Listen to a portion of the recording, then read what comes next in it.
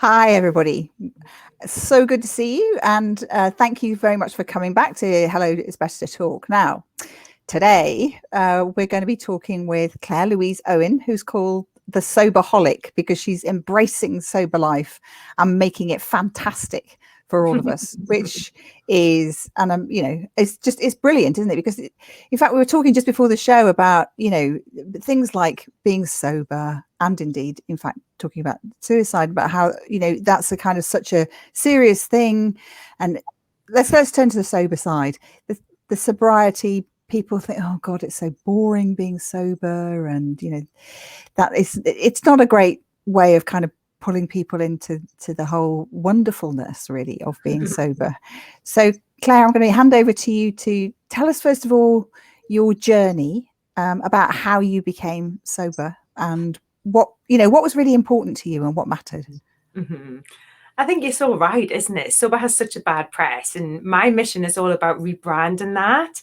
And I found I tried for such a long time to cut down. I wasn't your typical alcoholic. I don't use that word. I don't even like to think of myself in recovery. I just drank too much too often, and I really enjoyed it too much. And it got to the point where I didn't really have anything else in my life that I was looking forward to. That sounds really dull. I just would say, oh, it's the weekend. Let's have a drink. It didn't go any further than that. And it was almost to the point where I knew I'd be drinking. I just didn't know where or who with, and it was just a given. Yeah. And then because of the business that I ran, I started my own business from my kitchen table, looking after other people's properties. I've got my own portfolio that I've built up over the years. And I kind of came like the go-to person for people who wanted flats and who wanted tenants. So I would match the two together. But being in the middle, it was really quite frustrating because a lot of the decisions were out of my control. And at the end of a really frustrating day, there was a glass of wine. And at the end of a really good day, when I got a new contract or a win, there was a glass of wine. Yeah.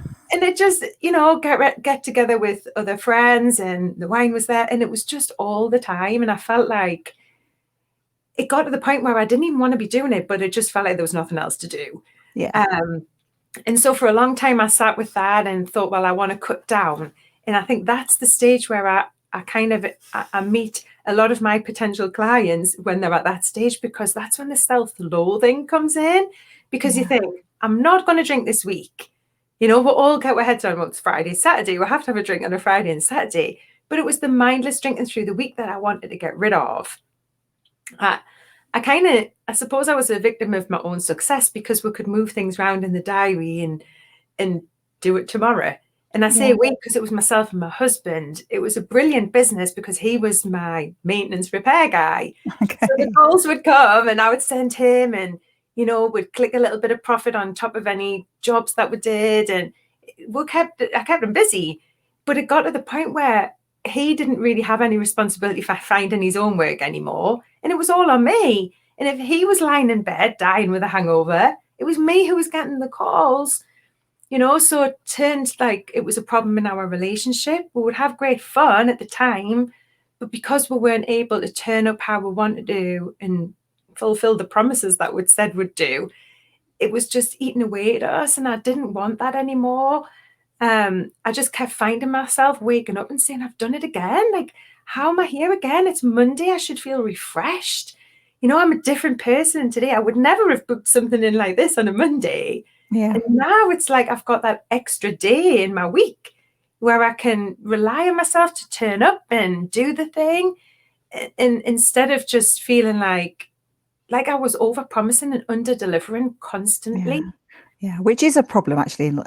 Really, isn't it, about over-promising and under-delivering? And I think, but it's also, for me, it's about there's so many pressures that there are on us to kind of drink. You're going to get a birthday card, and first of all, you have to go across all those racks that say, it's wine o'clock, it's time for gin, or there's a lot of pressures on us to drink. Yeah. And I think it's interesting because one of the first clients that I worked with, I took myself through this process and I recognized that I wanted to change my business. That was the main thing. I felt for me, I needed to focus on one area of my life. And to be honest, me and my husband had split up a year previously for a long time, as I thought he was the problem. Right. And it wasn't. It was alcohol. It wasn't until I could put that in the place of the enemy. Yeah. It was the alcohol that was the enemy, not him. Yeah. And he wasn't at the stage ready to quit yet. But I knew that by me removing it, it would take that extra pressure off him, because it was me shouting for the wine at home and shouting to open the next bottle. Yeah. You know, and so I had to kind of believe in that I could do it first instead of trying to convince everyone else first. Yeah. It always needs to start with you, doesn't it? It needs to start with me. It needs to start with you. That you have to fix that first, and then other things sort of fall in. And not everyone understands that. Not everyone understands that, especially you know, I feel like us women have got a lot more influence than what we think we have in relationships. And by just being a healthier version of myself and seeing how I don't need to react to the things that are around me as much, it was all the little things, and having that self-awareness and recognizing that when he was lying hungover, there was no point me being in a bad mood, because he couldn't see that sober was better. If I was walking around, you know, kicking the dog and in a bad mood, because he's hungover, it didn't make sober look very appealing.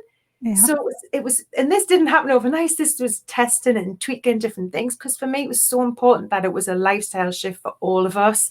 It was no good for me just to do it on my own, but I knew, I mean, we'd work together for years. We're a good team, you know, we're a really good team. And it's just, as soon as the alcohol was taking away that extra energy that we had to do the things, just live life, it was just affecting everything and dragging me down, really dragging my mental health down. And I don't think men, well, I mean, you might disagree with this, but on the surface level, that self-loathing that I felt like the worst mum in the world on a Monday, and I hadn't done anything wrong.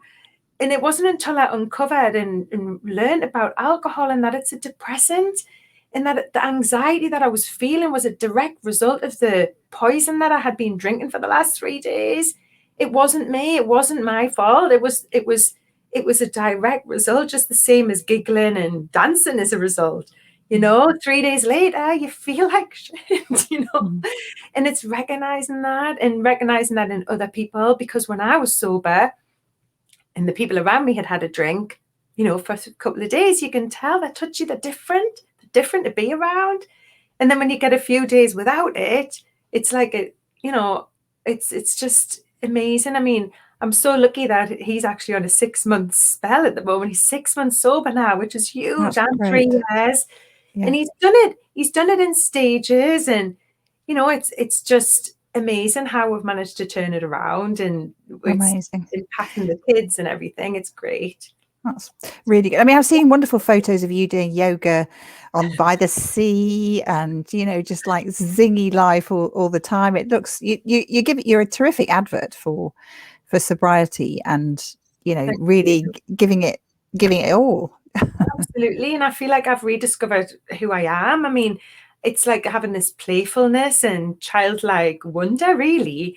And just the energy. I've dropped a lot of weight, so I feel like I can move around easier, and just life's just easier without it. And I don't feel like I'm missing out at all. I mean, obviously with the lockdown, and I watched people feel under pressure with the pressures from family life and rely on it more.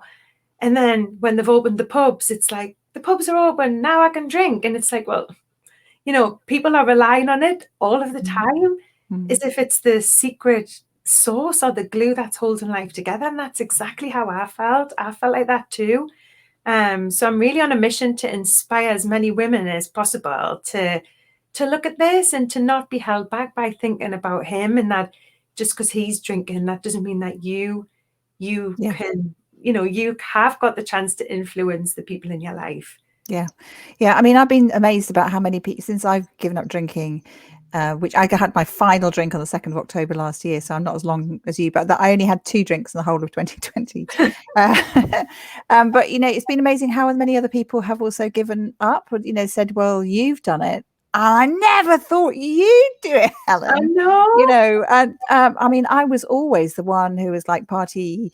You know, I'd prided myself on being able to drink anybody else under the table. I thought it was a really cool thing to do, and yet actually, it's taking all that poison into your body, isn't it? I mean, you look absolutely amazing, Claire. So you know, it was wonderful, and I'm feeling like I had a cataract operation last week. So in fact, I was thinking about doing the kind of rocking the rock star look, but then that looks really pretty weird. So we decided to go ahead like this. But you know, you're out there. You're like being an angel for people to show people what it can be like, which is great. So thank you. That's great. It is, and it's about saying to people that, you know, you can change. It's an identity that I had, like you, thinking that I was the party. You know, what's everyone going to do if I don't drink? I'm the party, you know, and it's about saying you can still have that. It's just changing the identity. And you're right, the amount of people who you share that this is a positive move in your life, and they say, oh my God, if you could do it, maybe I could do it too. And that just keeps you going, doesn't it? It's so empowering. It does. Oh, well, Claire, that's absolutely fantastic. Thank you. Are there any messages that you'd like to give our listeners about what sober life is like? I mean, I think it's just about recognizing which area of your life you think it could improve, and then looking at other areas. I mean, I talk about the 3 areas of motivation: your health, your wealth, and your relationships. And it's normal that one of those will be nipping you. You know, one's going to be a priority for you, and that changes. But it's about saying, well, if I could do this, play with it. I think about it. And if you could, how would that impact the other areas of your life as well? Because it doesn't just stand alone. It's like a domino for every other area in your life, you know, whether it's about changing your career or improving your fitness. It gives you that edge, superpower. Great. You know? Okay, well, carry on the good work of taking out the superpower of sobriety to the world. Thank you, Helen. Claire, thank you so much for being here with us today, and look forward to seeing you all next week on Wednesdays at noon for Hello, It's Best to Talk. Thank you. Thank you. Bye. Bye-bye.